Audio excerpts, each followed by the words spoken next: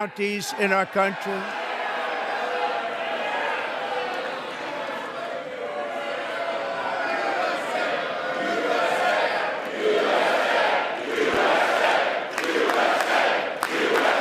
Stoppage of crime to the lowest levels ever recorded. And these people sitting right here will not clap, will not stand, and certainly will not cheer for these astronomical achievements. They won't do it, no matter what. Five times I've been up here. It's very sad, and it just shouldn't be this way.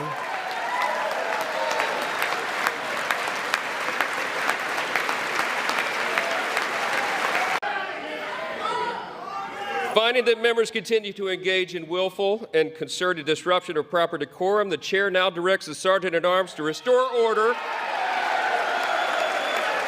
Remove this gentleman from the chamber.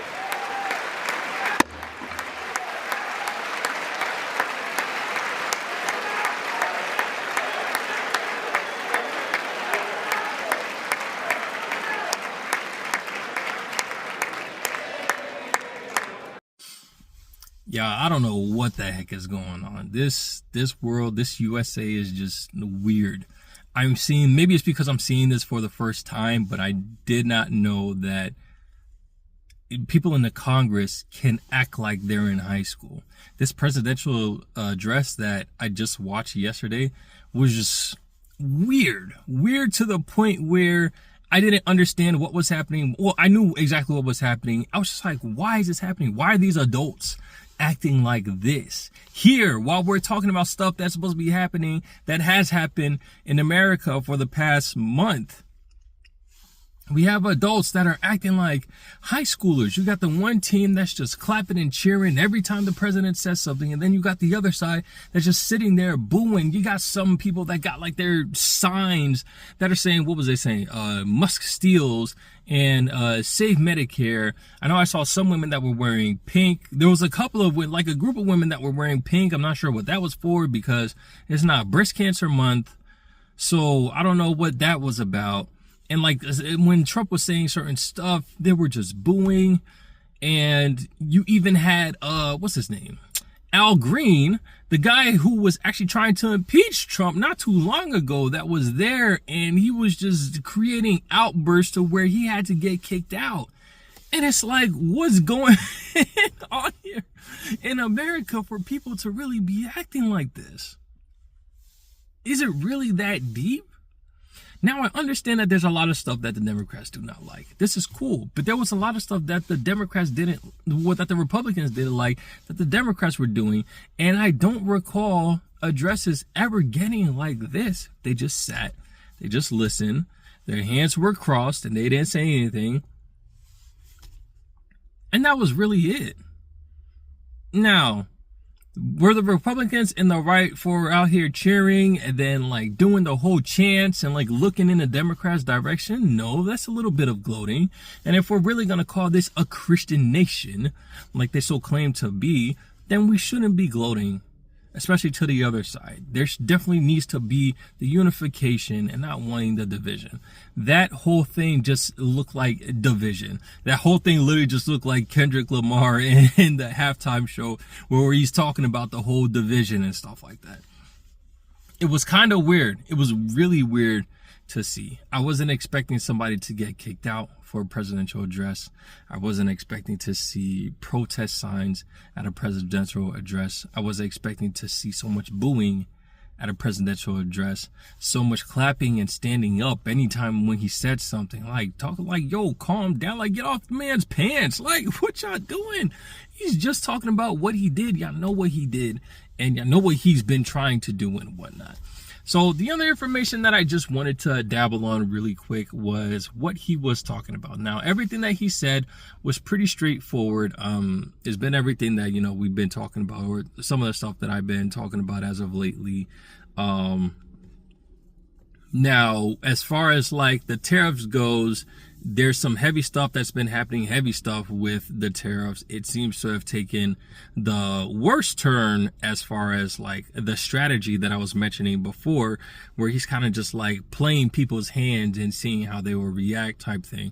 And they seem to not react in a way that we would like. They're trying to force their hand back, which, I mean, there are other nations, but at this point, as a business person that's trying to become, I guess, a monopoly in a sense, you kind of just run everybody dry until they realize they can't handle exactly what is happening at the moment, and they fold. They fold. It's gonna come at the expense of a lot of Americans. I haven't seen that yet. I mean, the tariffs have been in place. Some of the tariffs in some of the nations have already been in place. And they mentioned the retaliation. I got to see specific details. I know what's happening with China. They're going to impose more tariffs on China. Like he said, he was going to increase if China retaliated with tariffs in April. That's going to take effect. There's been the increase in tariffs in Canada and Mexico as well. That's going to take effect. The Prime Minister of Canada, he just mentioned that, America was going to feel